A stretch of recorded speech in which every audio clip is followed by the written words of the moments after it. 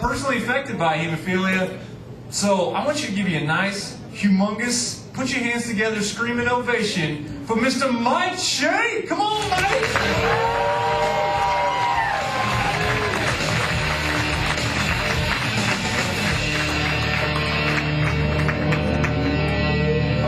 All right. Las Vegas, Sin City, where the men are men and half the women are too. Sin City, they ought to call this fake city. We got fake castles, fake shark reefs. You can take all those fake boobs and build a rock climbing wall. Be the longest line on the strip. It sure would be fun to climb, huh?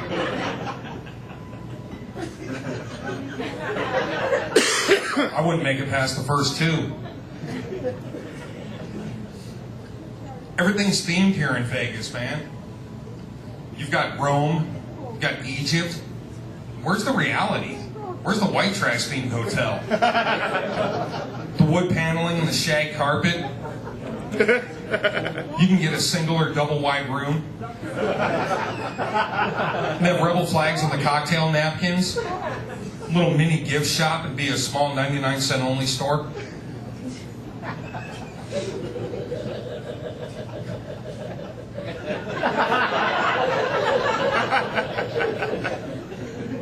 Only one of you got that?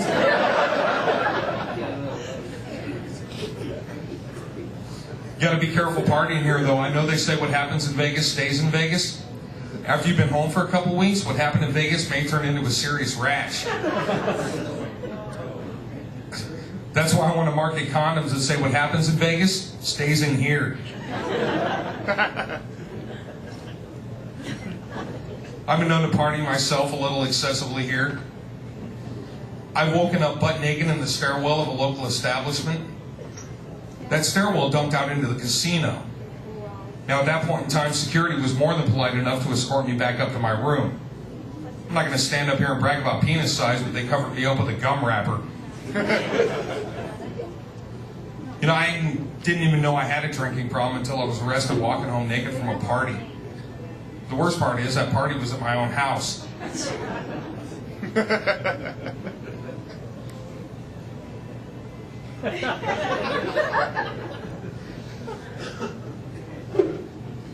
Meeting women here sure sucks. They dress awful provocatively and they get all pissed off when they catch us looking at them. They wear these pants that have writing on them. It says hottie across the ass. I think it should say juicy across the front. I think new moms should have to wear t-shirts that say milky across the chest. Yeah. Now, I've lived here for 33 years and I haven't had the best luck with women. At least most of them disclose their flaws to me up front. I dated one woman who told me that she was bipolar. Dating both of her was a real riot. It was kind of cool, though. I got to cheat on her with her. I dated one woman who told me that she was narcoleptic. She always fell asleep on me during sex. So I did what any respectable man would do. I got my happy ending anyway. You guys are just that one small step behind. It's okay, let them sink in. You'll think about them later on the way home. Now, my current wife told me that she has obsessive-compulsive disorder. I wasn't aware what that meant at first, but I'm well aware now. She packs the freezer like she's playing Tetris. She packs it so tight, I can't get anything back out. She tells me that there's a specific corner on the bed that the little tag on the flat sheet goes on. She told me there was a clean broom that we use inside the house and a dirty old broom that we use outside. At that point, I asked her if she could fly off on either one of them.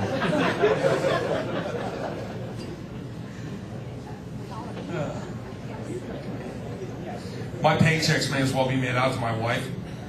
I come home with a $1,200 check and she's already got her hand out. So I pulled my dick out.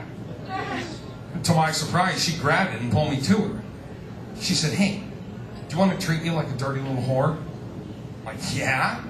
She said, "Good, that'll be $1,200 for the night."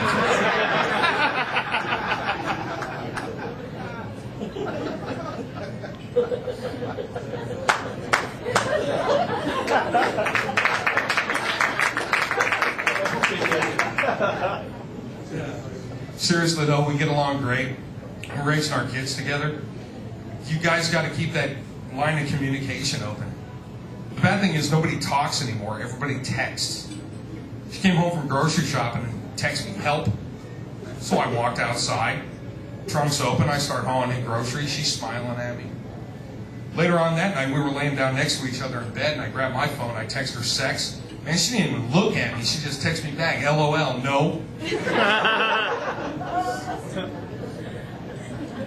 I texted her to bring me a beer while I was sitting on the couch.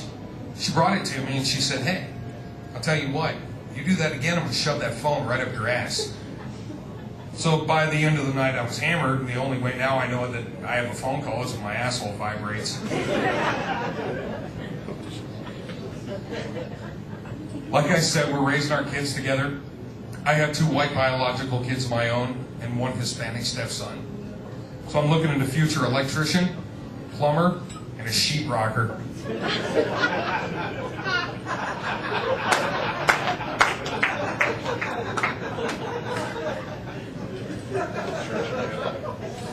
It's all good, though. They can help me build that dream retirement home later on in life. Time as a family is great. Alone time with my kids is even better. My oldest, I'm involved in Cub Scouts with him. My youngest, I take him to swimming classes. And my stepson is teaching me how to steal bicycles.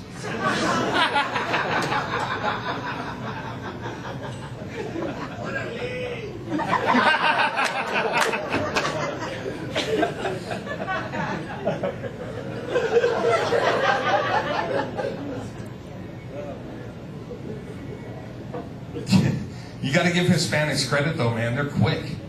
I pulled into Star Nursery the other day. I was bombarded by them. By the time I could say, no dig, no dig, I tried to drive off and my rims and tires were gone.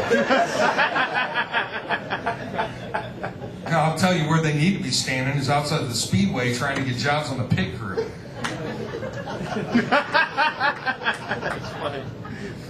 I don't like stereotyping people because it's not always true. Just because I'm bald doesn't make me a skinhead. Just because my wife's Hispanic, she doesn't cook, clean, or work in housekeeping.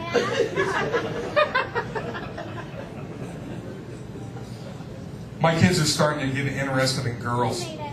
I was in the bathroom shaving the other day. My youngest came in. He said, Daddy, can I wear some cologne? I want to smell good like you do when you go out. I said, sure, buddy. While I'm spraying the cologne on him, I look over at my stepson splashing beer on him. I'm like, hey, man, what the hell are you doing? He said, well, I want to smell like you do when you get home.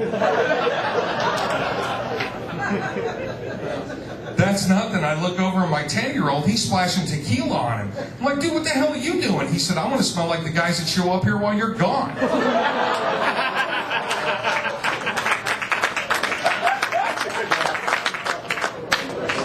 I want to thank you guys. You guys have been great. That's my time for tonight.